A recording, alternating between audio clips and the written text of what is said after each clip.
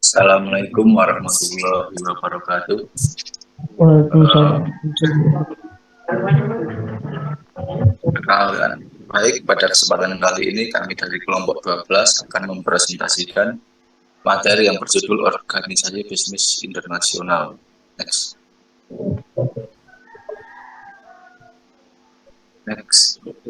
Nah, sebelumnya perkenalkan anggota kami dari kelompok 12, dua orang, yaitu yang pertama saya sendiri Muhammad Zidan Rihriyawo dengan NPM 101 dan Krisna Al-Ihsan dengan NPM 93. Langsung saja pada materi. Next. Jadi organisasi bisnis internasional, yaitu asosiasi formal yang melampaui batas-batas wilayah dan terdiri dari lebih dari satu negara yang bertujuan untuk melakukan fungsi saling menguntungkan yang dilakukan oleh pertemuan dan kegiatan staf reguler.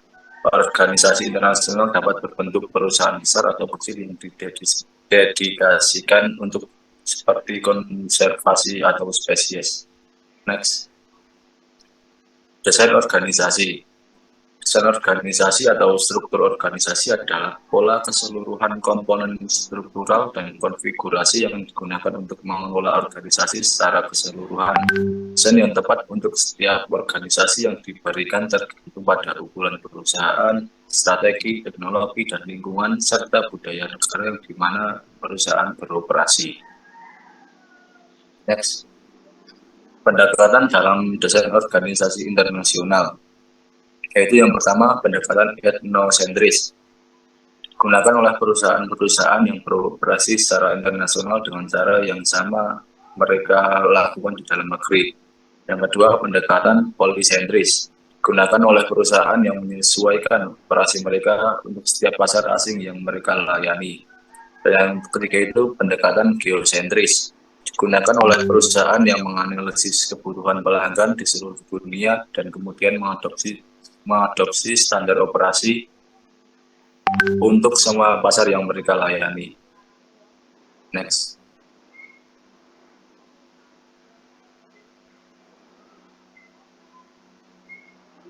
Tiga jenis pengetahuan guna bersaing secara efektif dalam lingkungan bisnis internasional, yaitu yang pertama area pengetahuan. Area pengetahuan itu seorang manajer itu harus memahami kondisi budaya komersial, sosial, dan ekonomi negara tuan rumah pada setiap pasar di mana perusahaan melakukan bisnis. Nah, hal ini tuh seperti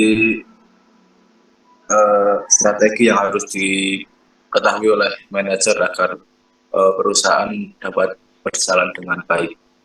Yang kedua, pengetahuan produk.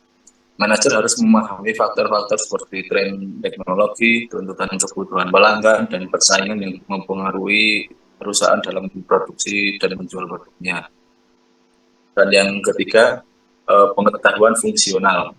Manajer harus memiliki akses ke rekan kerja dengan keahlian dalam fungsi dasar bisnis seperti produksi, pemasaran, keuangan, akuntansi, manajemen sumber daya manusia, dan teknologi informasi. Selanjutnya akan dilanjutkan oleh Mas Krisna. Ya. Bentuk-bentuk desain organisasi internasional. Desain produk global menyediakan beberapa potensi keuntungan kompetitif. Pertama, karena definisi berfokus pada satu produk atau kelompok produk, maka manajer divisi mendapatkan keahlian di semua aspek produk atau produk yang memungkinkan mereka untuk bersaing lebih baik secara global. Kedua, desain produk global memfasilitasi efisiensi dalam produk karena manajer bebas untuk memproduksi produk dimanapun biaya produksi adalah yang terendah.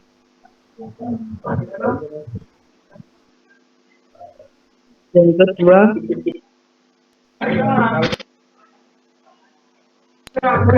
kedua, desain area global. Desain area global ini sangat berguna untuk sebuah perusahaan di mana strategi pemasarannya berdasarkan pada defisiensi manufaktur atau inovasi teknologi atau kekuatan kompetitif yang terletak pada reputasi nama merek produk. Yang ketiga, desain fungsional global digunakan oleh perusahaan multinasional yang memiliki lini produk relatif sempit atau serupa. Perusahaan ini pada dasarnya adalah perusahaan bisnis tunggal dan memiliki operasi fungsional seluruh perusahaan yang didedikasikan untuk pemasaran dan operasi urusan publik, rekayasa, keuangan, SDM, dan lain-lain. Yang keempat, desain pelanggan global.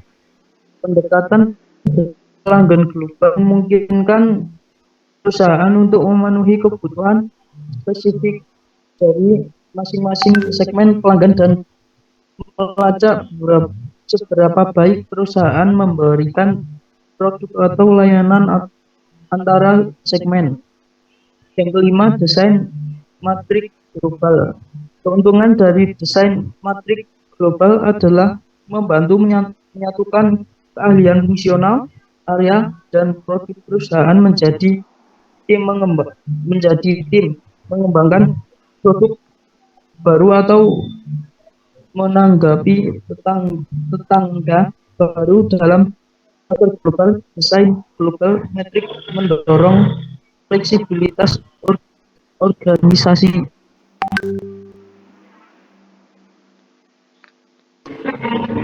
Fungsi pengendalian.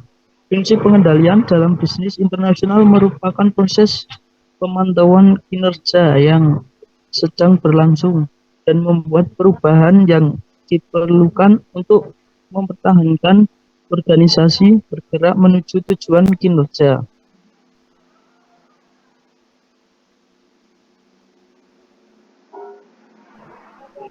Yang pertama, pengendalian strategis. Pengendalian strategis ditunjukkan untuk memantau seberapa baik bisnis internasional merumuskan strategi maupun seberapa baik pelaksanaan strategi tersebut. Yang kedua, pengendalian organisasi. Jenis yang paling umum dari sistem pengendalian organisasi adalah desentralisasi pusat pengendalian. Menggunakan sistem ini, perusahaan pertama mengidentifikasi pusat tanggung jawab yang mendasar dalam organisasi. Yang ketiga, pengendalian operasional. Berfokus secara khusus pada proses operasi dan sistem di dalam perusahaan dan anak perusahaan dan unit operasi. Sistem pengendalian dalam bisnis internasional dibangun melalui 4 langkah dasar, yaitu menetapkan standar pengendalian kerja, menetapkan ukuran kinerja aktual, membandingkan kinerja terhadap standar, menanggapi penyimpangan. Jelas akan ada perbedaan khususnya kerangka waktu dan kecanggihan. Tetapi langkah-langkah tersebut berlaku untuk setiap wilayah dan setiap tingkat pengendalian.